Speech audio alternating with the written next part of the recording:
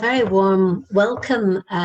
Good afternoon here from the UK. Perhaps it's good morning wherever you are, or maybe even it's in the evening. But whatever you are in the world, a very, very warm welcome to our Career Chat Lockdown Series 2021. Delighted today that you have joined us, and we'll hear more from Professor Michael Arthur shortly on this theme of intelligent careers in a changing world. Why don't you just tell us where in the world are you? Please do use the chat facility. Say hello. We have currently about 58 people who've just joined us at the moment. But say hello and tell us where you are in the world. Now, just while you're doing that, to set the scene, before we get into the actual webinar content itself, really just to say that this is going to be a conversation that we will have, myself and Michael, and time allowing, we will invite you to come in on that conversation. Isn't it fantastic? We've got people from Saudi Arabia, from Malta, where it's nearly 40 degrees, from Solihull in Edinburgh, from Epsom in Australia. And just a call out to people in Sydney in Australia around, lockdown and COVID. I think wherever we are in the world, if you're Clare in Lincolnshire, we're all in that really precarious state of not knowing whether we will be in lockdowns, if we're coming in, if we're coming out. And our thoughts go out to everyone who's been impacted by COVID. And if ever there was an important juncture for us to now talk about intelligent careers, and what on earth does that mean in the changing world that we're all in, today is the day. Hello, Jeffrey from Singapore. Great to see you there. So what we're going to do, if we just move on to the next slide, is we're going to just focus really on this whole business of career and its complexity. We know it's a contentious term, and Michael, I always say to Michael, you're a bit like Marmite, Michael. Some people really love this idea of take ownership of your career, and other people battle against that because they say, well, not everyone can actually own their own career. So we'll be looking at that as a little provocation in today's session. You all will have read this, so I'm not going to just repeat it, but what we want to do is provide an overview of intelligent career theory and its relevance in a changing world of work. We want to tell you about some research into intelligent careers, and I've asked Michael to tell us, how did this evolve? Where were we when Michael and I first met in 1986, and where are we now in 2021? And Michael's going to illustrate some of his work, because what we'd like to do is ensure that all our webinars are both theoretical but practical. We want you to be able to take something away as a result of joining us today. So before I do the formal introduction to Michael, let's have a little poll. I'll ask my colleague Mark just to put up a poll question so we can actually see what our thoughts are together as a community of interest. So do you think people will eventually return to their offices? Thinking about where we are now and all the discussions about career and work and place and space, give us some idea whether you think people will eventually return to their offices. Now, so far I can see that it's a moving feast, but we've got no at sort of 12% at the moment. We've got yes at 46%, and we've got 43% of people saying maybe. And I can see here Lisa is saying, I think they will, but not at full capacity. So I think that, in a sense, is a really good springboard for us to sort of think about this notion of intelligent careers in the changing world of work. So please do let me introduce Michael to you. And again, I'm not going to use up all the time, Michael, to say everything about you and your career. You might want to say a few words briefly about you and your career, but Michael's an emeritus professor at Suffolk University in Boston. He's a visiting professor at Cranfield University and co-developer of the Intelligent Career card sort. He's a regular contributor to Forbes.com on all matters to do with careers. And Michael, you'll be impressed. Look, I have your book here in front of me, which I think you're going to maybe refer to. But just final word from me. I read in your book, Michael, a quote from Walt Whitman that says, "Not I nor anyone else can travel that road for you. You must travel it for yourself. It's not far, but it's within reach." And so our participants today, you might be here because you want to improve your practice with your clients or customers. But I also hope that you'll take something from what Michael is saying in terms of look after your own career. So on that note, Michael, I'm going to hand over to you. Okay, well, thank you, Deirdre. It's an absolute pleasure to be here and to have a nice audience to work with. What was the latest? I see there the poll was suggesting quite a high number thinking the office would reassert its former importance. I'm not sure that's true, but then again, I am a Marmite lover, so maybe I'm a bit prejudiced in that regard. Anyway, what is an intelligent career? Well, let me just, here are 5 responses. Is it a response to Quinn's intelligent enterprise, a perspective on career capital, a point of departure for interdisciplinary scholarship, a framework to take ownership of your life? If you've been following my work, I guess you can see a connection with each of those. And then there's a comment in the Boundaryless Career book from Phil Mervis and Tim Hall suggesting that it's just sex, not marriage. So you can reflect on that and see what it says to you, and maybe we can return to that final suggestion later in the afternoon for you, right?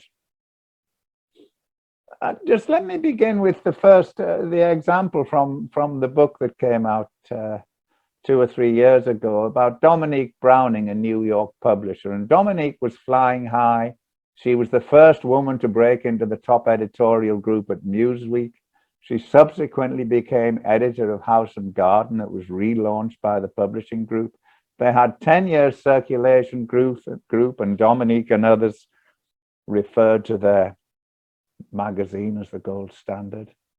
She went to a routine meeting as she expected and walked into a situation to be told she was fired. She had to clear her desk. She was under supervision, and she never set foot in the House and Garden offices again. Indeed, the publisher decided to close down the publication and to try and shift the readership onto other magazines that it was promoting. So poor Dominique was in a tailspin.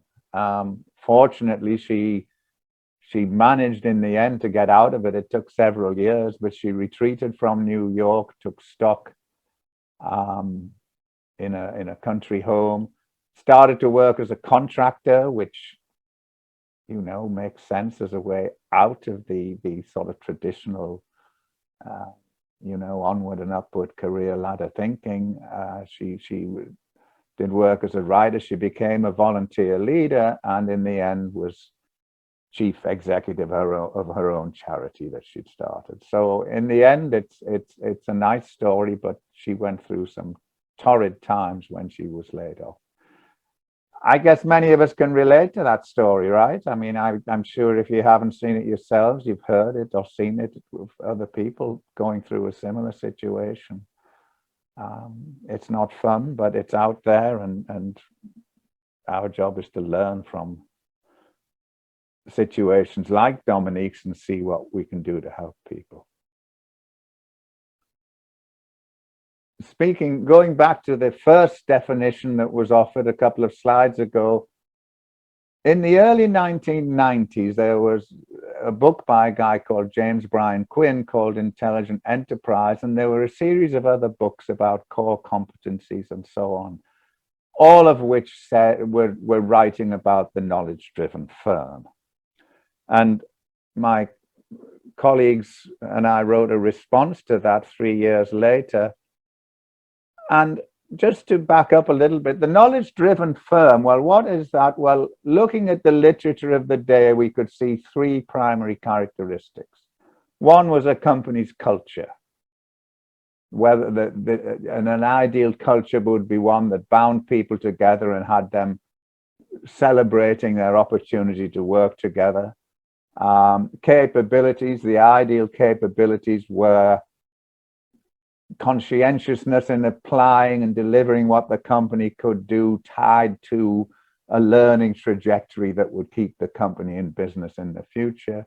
And the connections were not only about the sort of way people got along within the company, but about relationships with, for example, lead customers, consultants, industry informers that help people stay ahead of the curve. And if the knowledge-driven firm got this right, then the culture would drive innovation through capabilities. Those capabilities would attract lead customers. Those customers would reaffirm the culture. Or you can go around the cycle the other way. Culture attracts good customers drive fresh capabilities. Those affirm the culture. So you can see that the ideal knowledge-driven firm has these three things humming in an interdependent way. So Bob DeFilippi and I were saying, well, what can we do about this? And we came up with the three ways of knowing why, knowing how, and knowing whom, where knowing why engages with the company's culture. What you want to give relates to what the company wants from you. And if there's a nice fit, that's great. Knowing how contributes to a company's capabilities, and knowing whom contributes to a company's connections, often in ways that the company doesn't realize. They don't get it when you're out there talking to people in the field or experts in your own specialization. That can often get lost in the way a company sees the employee. So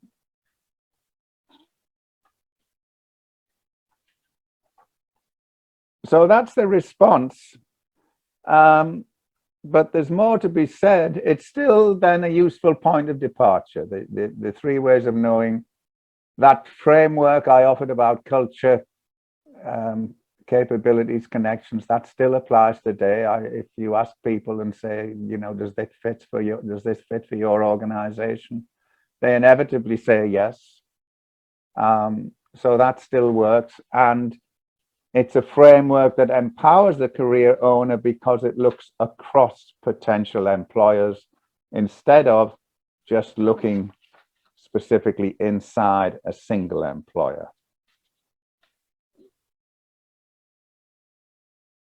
I'd like to jump forward now to 2009, that's what, 14, 15 years on, and talk about something we said in a paper that was published that year. So here's our framework. And the first thing I'd like to point you to are the notes there on the right, vocational guidance and job design. The arrow is pointing down because vocational guidance, what is now commonly called career counseling, goes from why you work to how you work. People look inside of your head, get the results back, and tell you where you might find an appropriate fit for your career. Okay, it's very much why to how. Business schools, on the other hand, look at things differently and say, well, jobs can be either motivating or demotivating. It's the job that determines whether a person is motivated or not. And so they see the world in quite the opposite direction from vocational guidance specialists. That's not all. Knowing why to knowing whom, psychologists have this thing called attraction theory that says we choose our own friends, choose our own company. On the other hand, sociologists make quite a big deal about reference groups, the people we grow up with, the people we go to school with, the people we work with, as influencing our emerging identity. So again, you've got two very credible bodies of work looking at the world in quite opposite directions.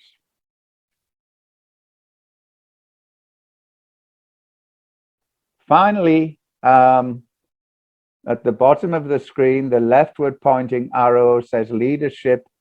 It's about leadership skills, the individual leader's skills being applied to the team, to the work group. So that goes how to with whom.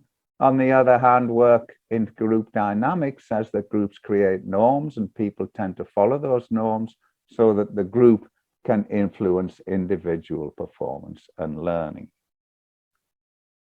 So the composite message looks like this.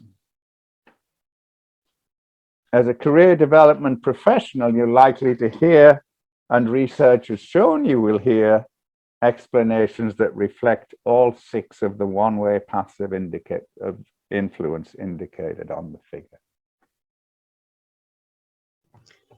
Michael, I'm just going to come in and just say our audience here, we've got a real mix of career guidance counselors, careers advisors, people development managers, career consultants, CEOs, a real mix from all over the world. So I just want to come in and just say, you know, keep those questions coming in for Michael at the end of his presentation, because everybody's got different perspectives. Okay, well, that's nice to hear, and I'll try my very best to reach everyone. But forgive me if for some I'm sort of skimming over stuff or going too deep into a certain point. Put simply, as a career development or HR practitioner, you are going to hear, you know, observations that reflect all of these links on the model. As a client, I see that the point is that you need to take a deep dive and more fully understand your overall situation. Make sense of it on your own, rather than rely on somebody who gives you a questionnaire and says, you know, let me tell you where you belong in this world.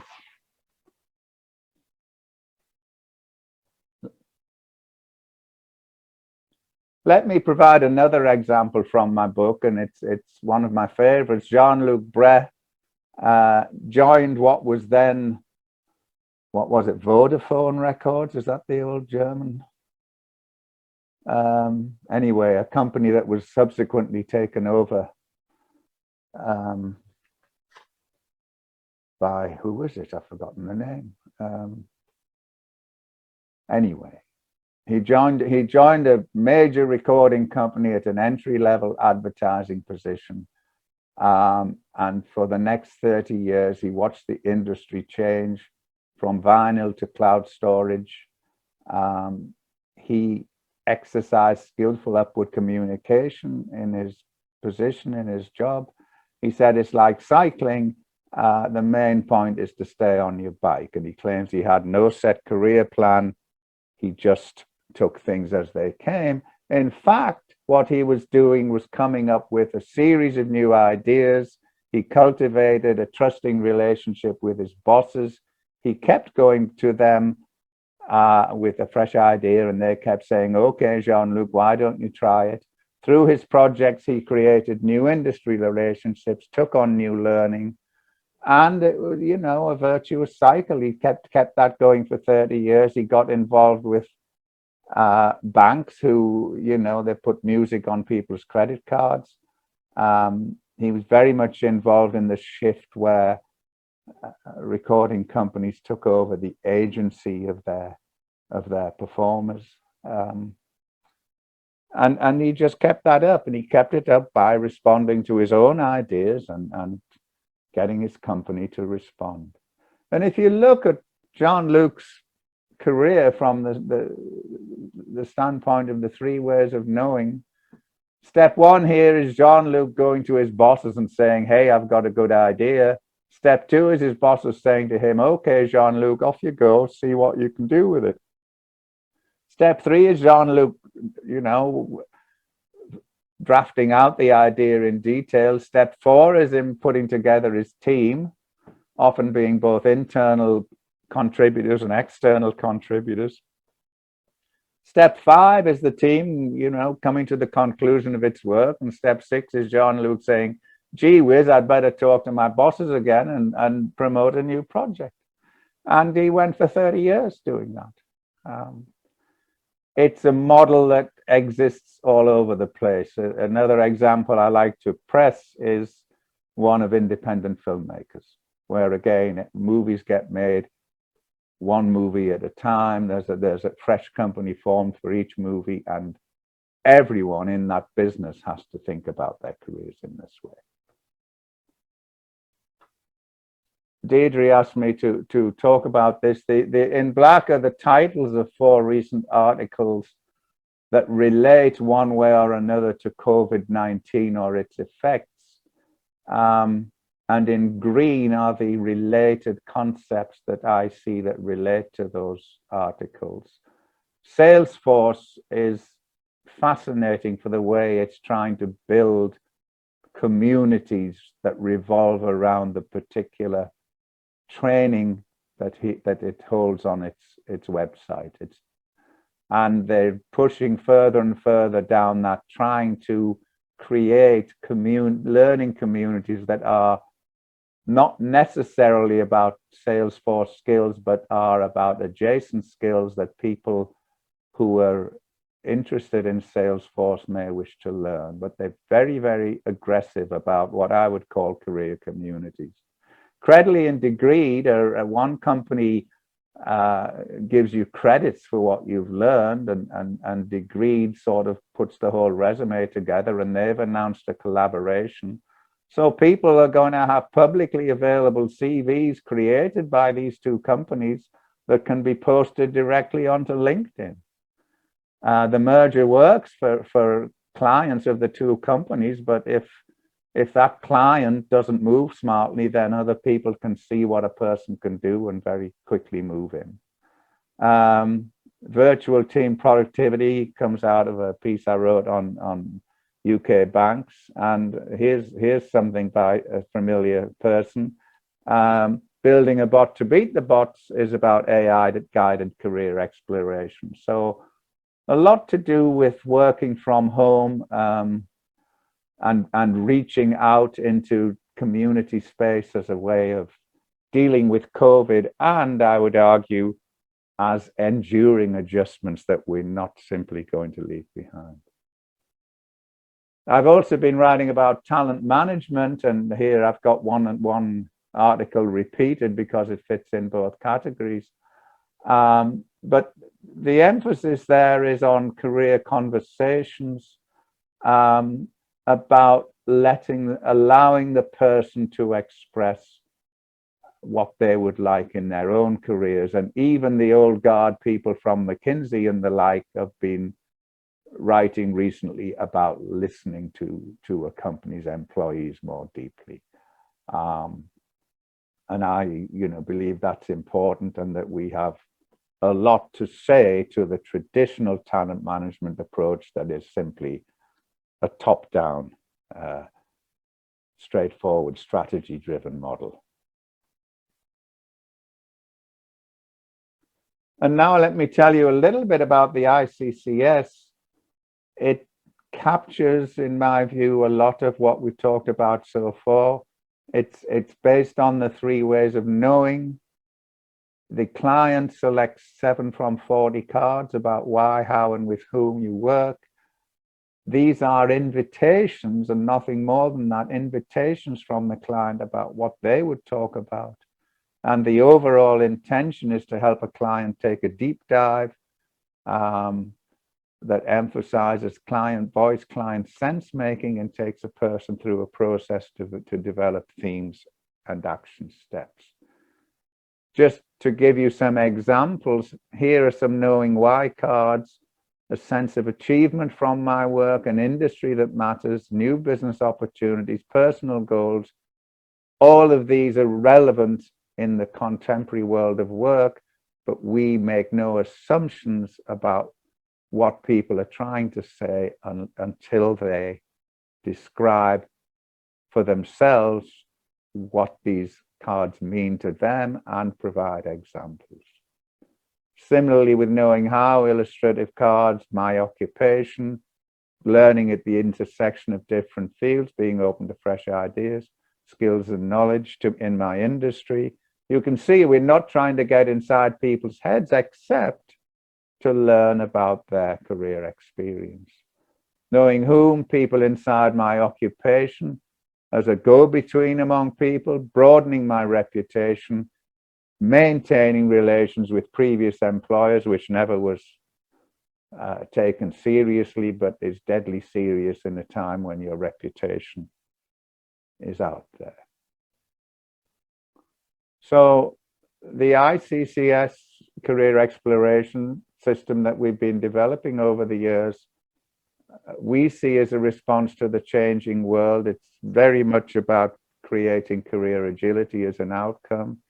It establishes career ownership, and it's COVID ready. It's fully online.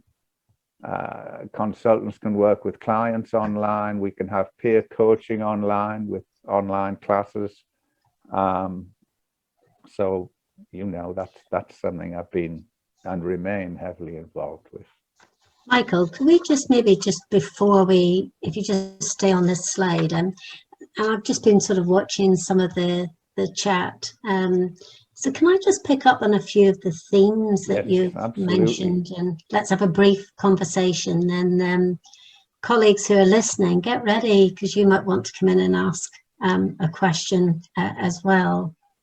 So I think the first one, you sort of talked about career conversations, and any sort of observations from your recent work around how career conversations are changing compared to back in, you know, even 5 years ago.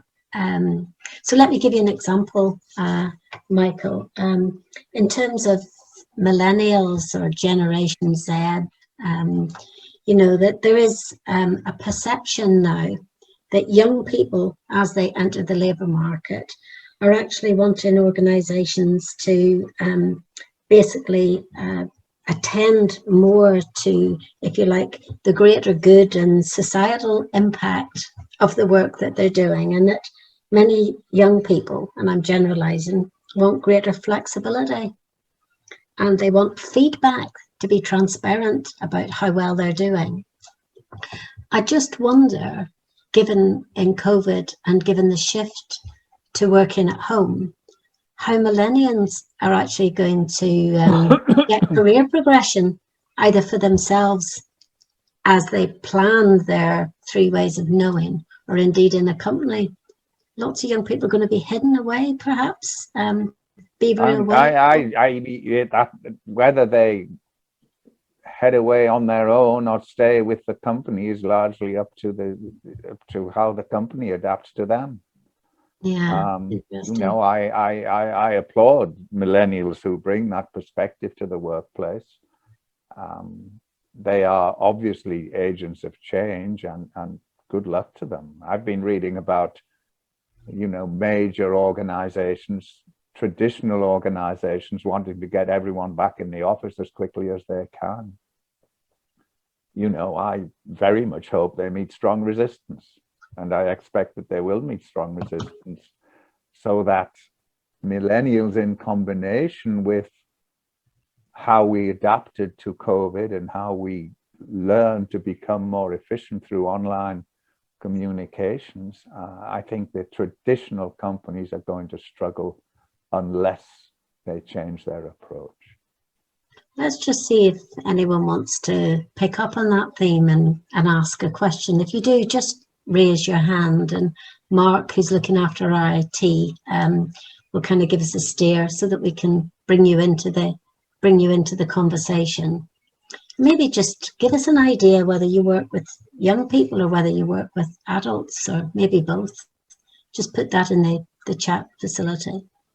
Kath Moore is saying, I think that young people really do want to get back into the office though. And Leslie's saying, I believe we learn so much about ourselves from working with other in a face-to-face capacity. Anu in India is saying, I think there's going to be a mixed response for people. Some want to go back and others do not. Anyone want to just get their voice into this conversation? We'll just focus on millennials at the minute, and then we're going to kind of widen it up to to other I groups? mean, I can see, you know, a young person without family responsibilities wants to go to a workspace where they can socialize and meet people, and you know, that makes sense to me. Um, and that's fine if people want to do that.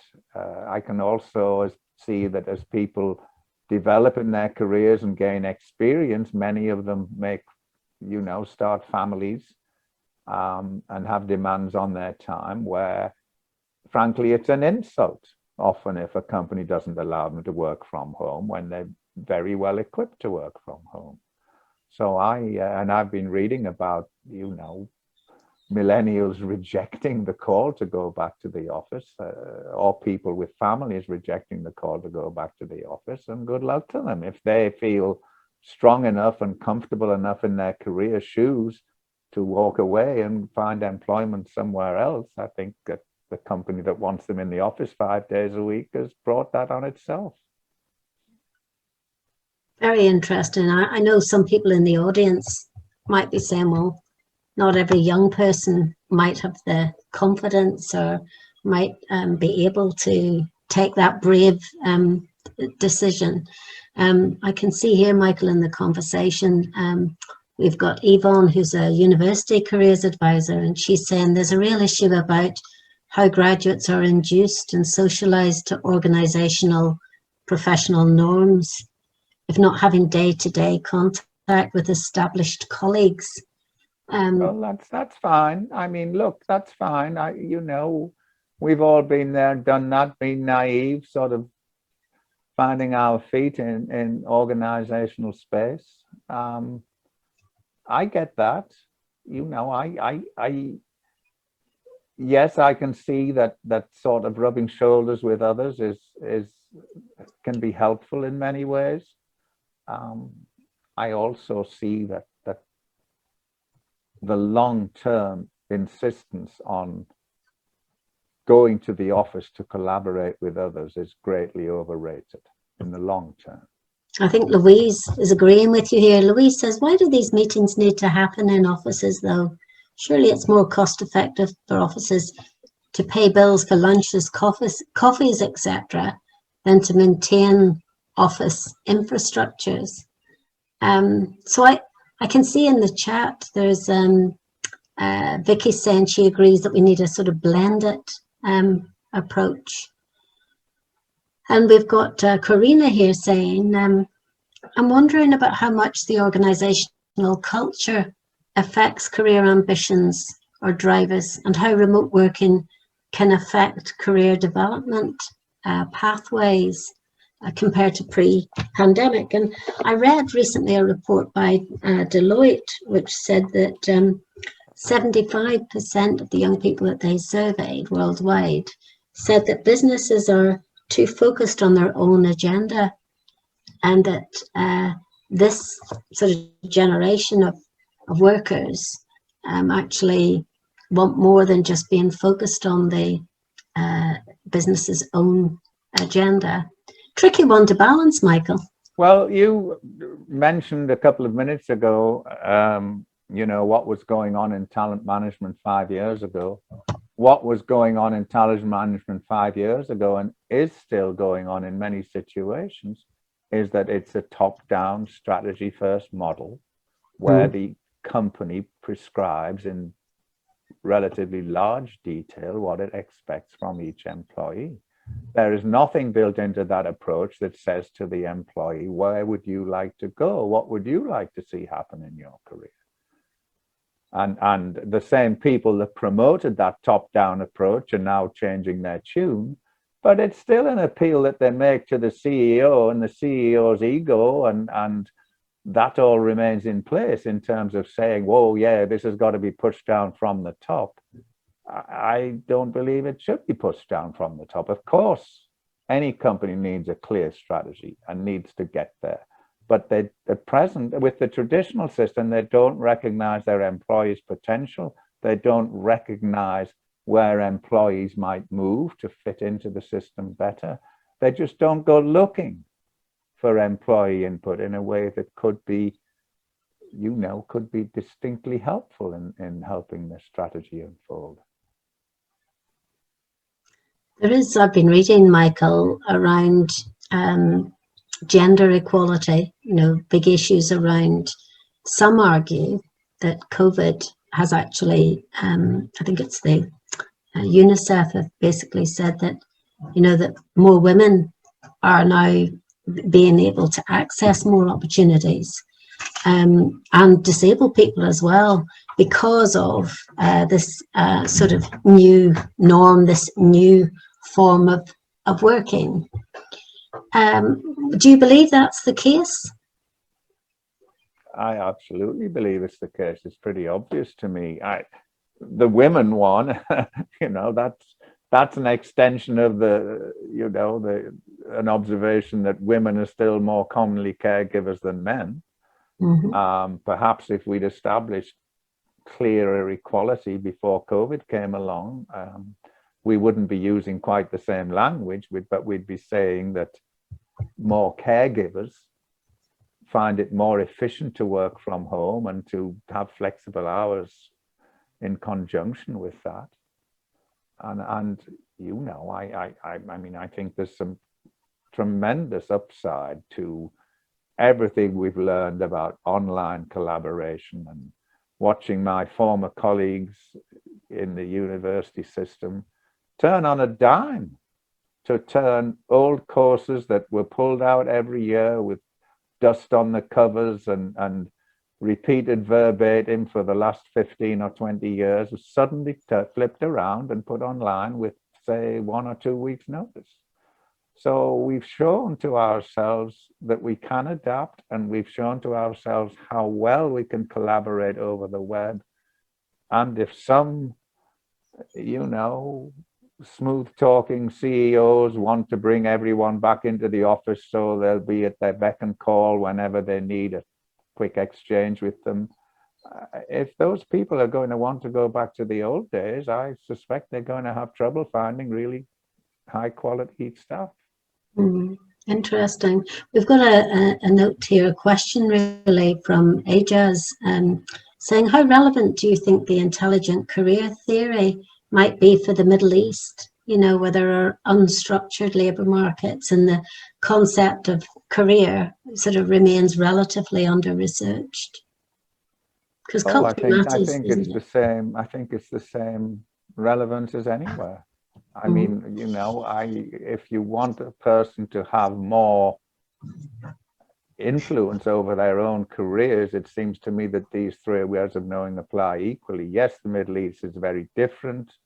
I would perceive more hierarchical. The religion norms are different.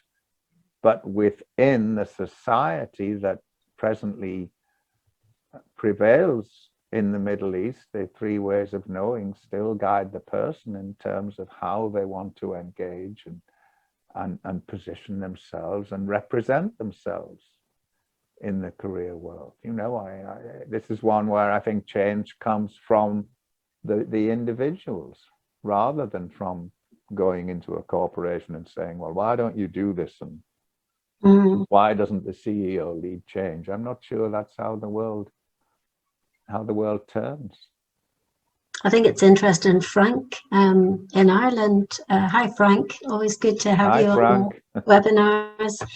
Frank says contacts, culture, and capabilities are and will be increasing organization based. Well, that's pretty much the same frame that I put up at the start, where context is, you know, if you say a context is about or includes relationships, it's the same framework that I put up at the start of this talk.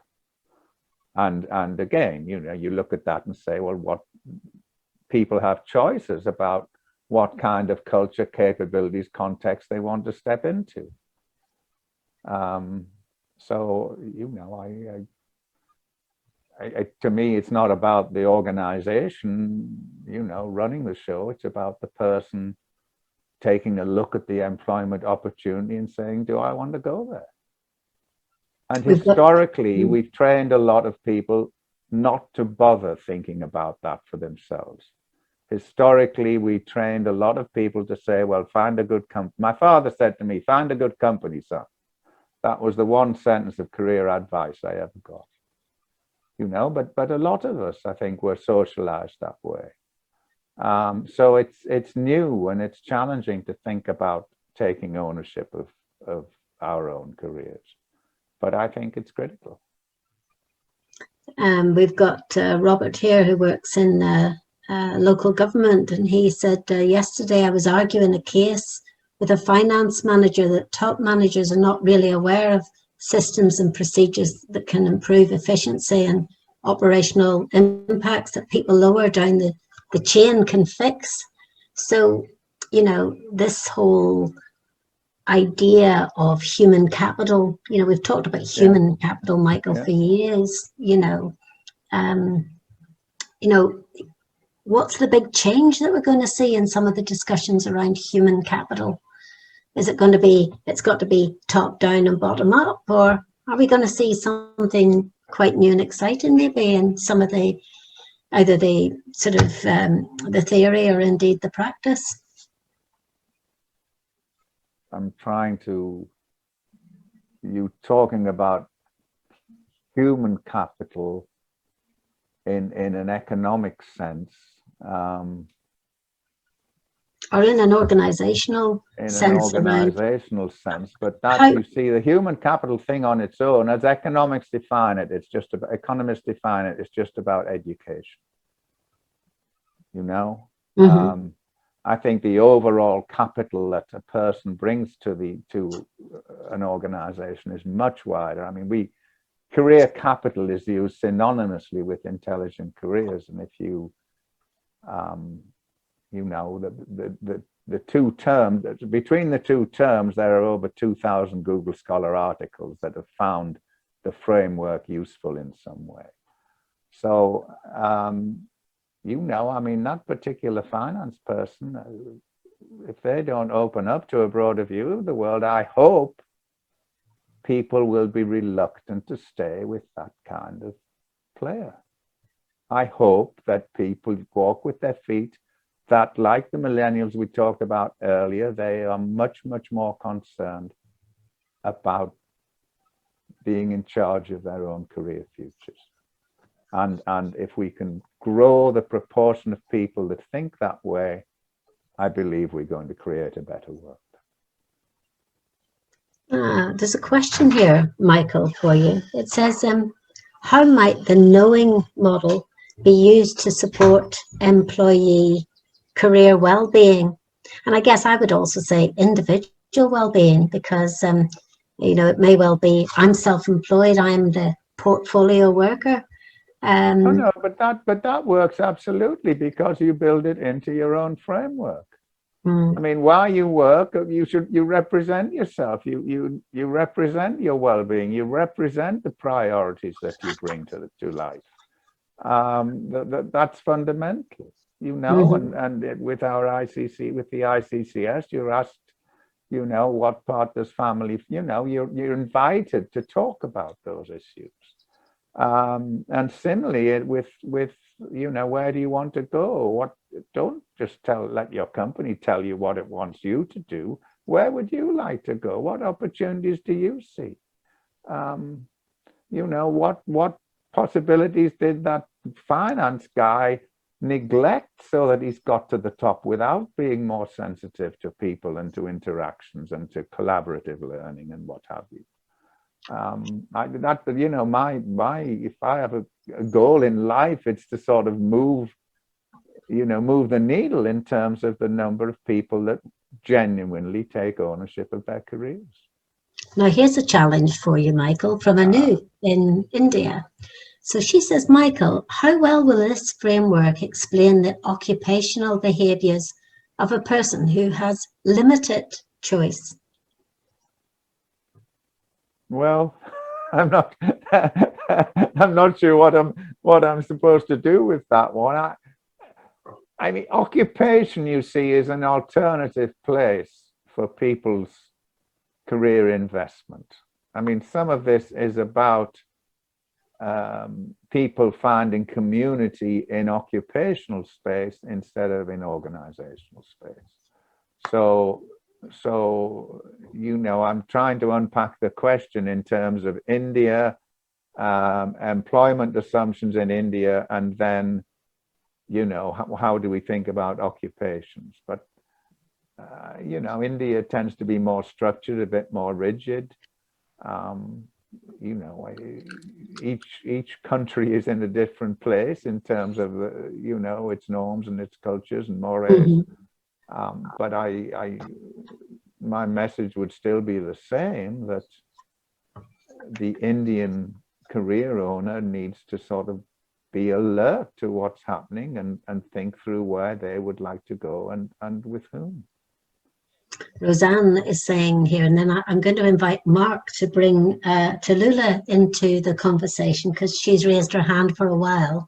So let's say hello to Tallulah in a second. But Roseanne is saying, seems to me that the why can be reflected in terms of Maslow's hierarchy of needs. At the most basic level, you're working to feed yourself and your family. And as your economic circumstances become better, you can start thinking about the social aspect of work at the highest level, a way of manifesting your sense of self.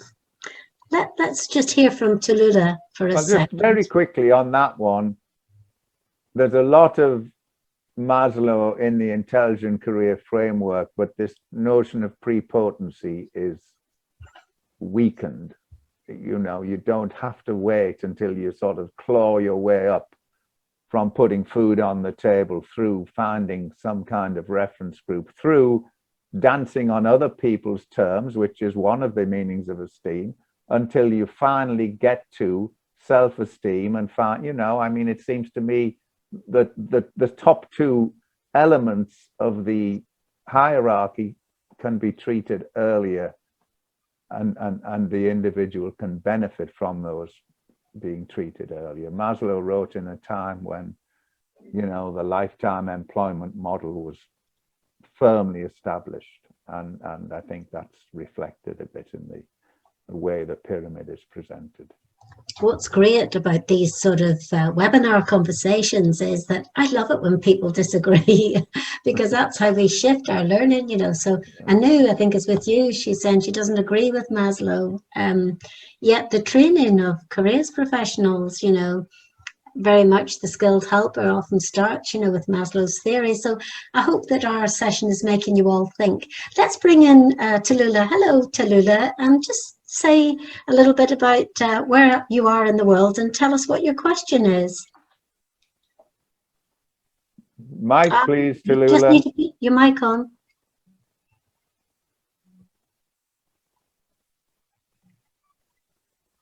Still need it. I think we're having problems connecting with Tallulah. We can see your lips moving, but can we see? Maybe you can put your question in the chat, and if there's anyone else that wants to raise their hand, we'll bring them in while you have a little look at your technical sound. Do we have anyone else who wants to come in the conversation before I've got another question I want to sort of talk to Michael. Did Tallulah put her question in the chat box? Let's just have a look and see. Not yet, but just while Tallulah's doing that, and you know, we've briefly got a little bit of time here. Michael, there's something about pushing yourself outside of your comfort zone, which in career education, in schools in particular from an early age, particularly for colleagues who, you know, are in the business of careers education, or even coaches, career coaches, there's that pushing yourself outside of your comfort zone, and sort of thinking about when's the right time to make a move. So I just wanted to ask you really about, you know, how easy, based on all the research and the people that you've worked with over time, how easy is it to push yourself out of the comfort zone, and what can we learn as coaches or as careers professionals?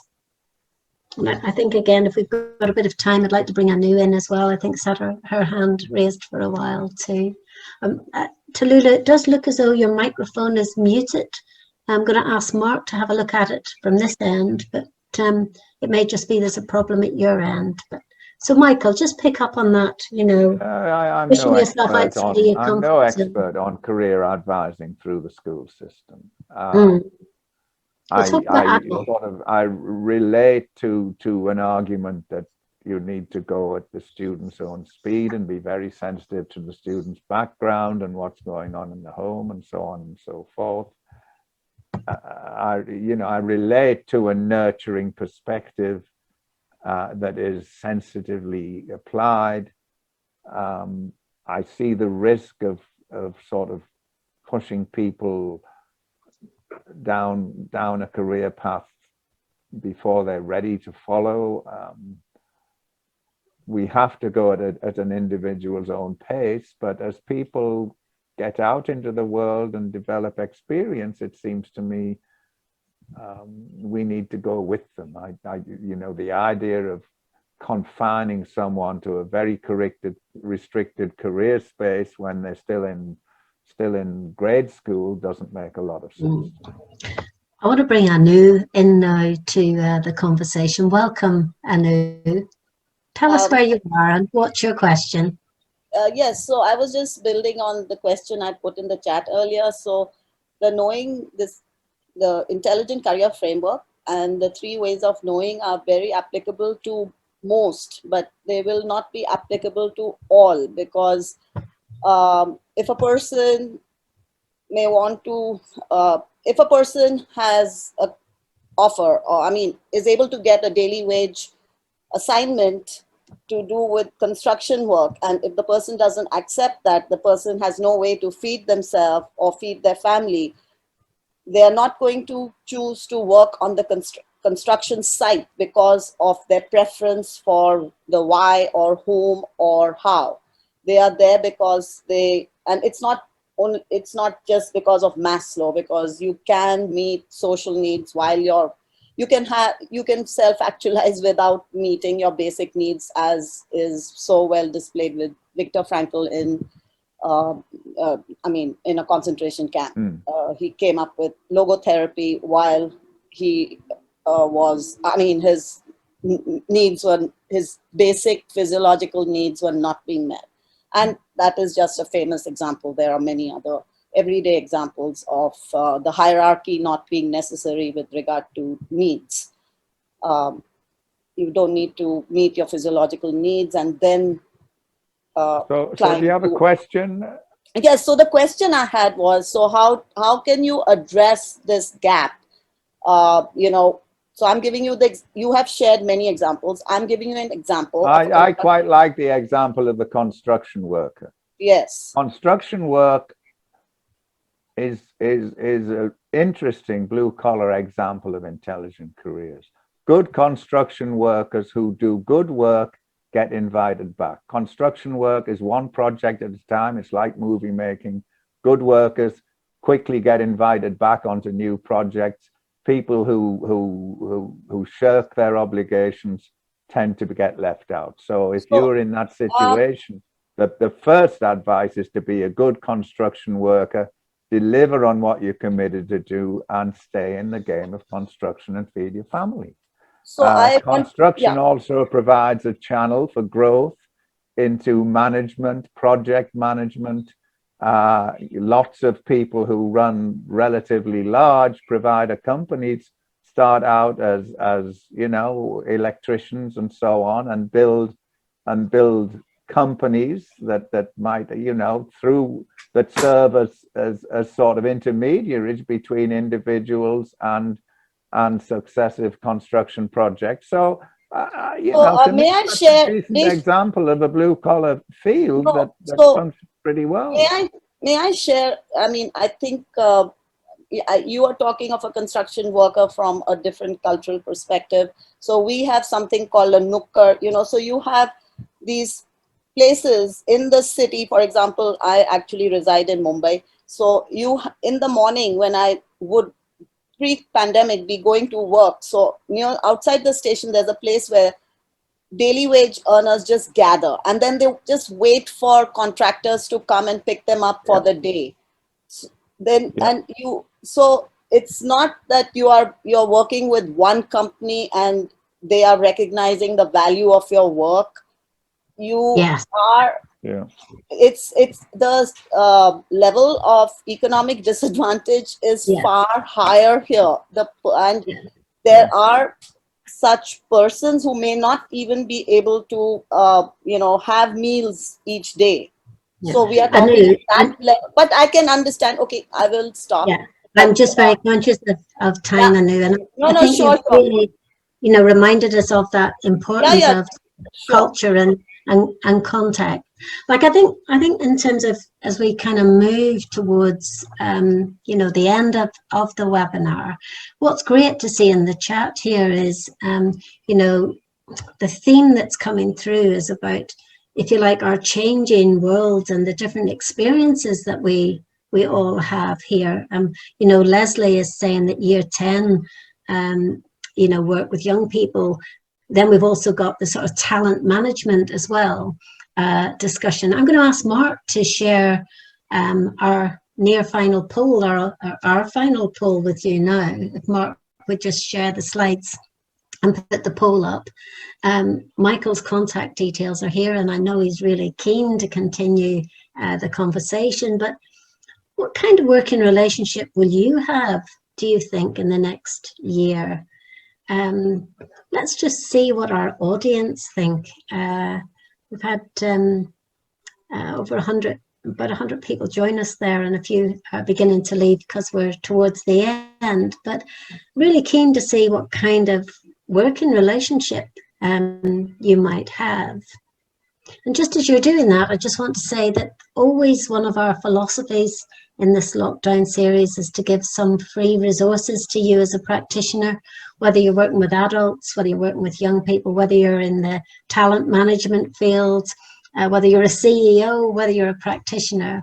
So these slides are going to be available to you. Michael's very kindly given us some links to articles that will hopefully kind of help you continue the debate.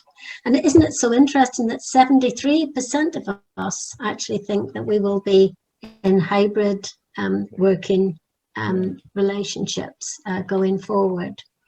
Michael, on intelligent careers in a changing world, I miss the socialization of work. Sometimes I feel a bit zoomed out after a day. So I personally hope that we will go into hybrid ways of working. And I think for coaches and career practitioners, the 3 ways of knowing is a very simple and memorable way of sort of thinking about career construction that for some people will work very well, for others perhaps not so well. So I hope that by coming to today's webinar, colleagues have found it challenging, thought-provoking, and that you will actually get some free resources. So Mark, just share our final slide just so I can remind everyone joining us that we've got a webinar coming up now next month. And then I'm going to have a break from our webinars until the end of September. You probably need a break as well. So just to say, here you are, Eamon Deverne, who's a European public employment services expert. Eamon's going to join us and tell us what's going on in the changing world of public employment services, work coaches, career guidance. So I hope that you're able to join us. And again, you'll see here, we're still beavering away at Career Chat UK on our career chatbot powered by artificial intelligence and machine learning, which Michael has very kindly written about. So all that I really need to do now really is to say a very, very big thank you to Michael on your behalf. Michael, I said at the beginning, sometimes some of your ideas I'd always describe as Marmite, because some people say, I love it, it's so simple, and others say, but it's not relevant for X, Y, or Z. I say, isn't it great that we've got that diversity of thought, and that we've got a model that you in your academic career, I should have said at the beginning, you are a theorist, but you also want your theory to apply in practice. And that's what's so great, I think, about your work. You don't just walk the walk or talk the talk, you also walk the walk and still see clients and have a consultancy group. So thank you very much for that. I do hope people will continue to connect with Michael in Boston. My message really is look after your own career. And in our webinar series, I hope that by bringing you different perspectives, not only does it improve the quality of services to young people and to adults, but it improves the quality of your thinking about your own career and what works for you. And maybe those 3 ways of knowing will be something that you can apply for yourself as well. So thank you very much, everyone. Until we meet again, hopefully next month. And our slides and our recording will be available tomorrow morning on our website. If you've enjoyed this, please do tell others, and I look forward to seeing you again. And in the meantime, stay safe and stay well. Look after yourselves and your families. Thank you so much. Bye-bye for now. Thank you, Michael. Thank Bye. you. And thank you Bye, all. everyone.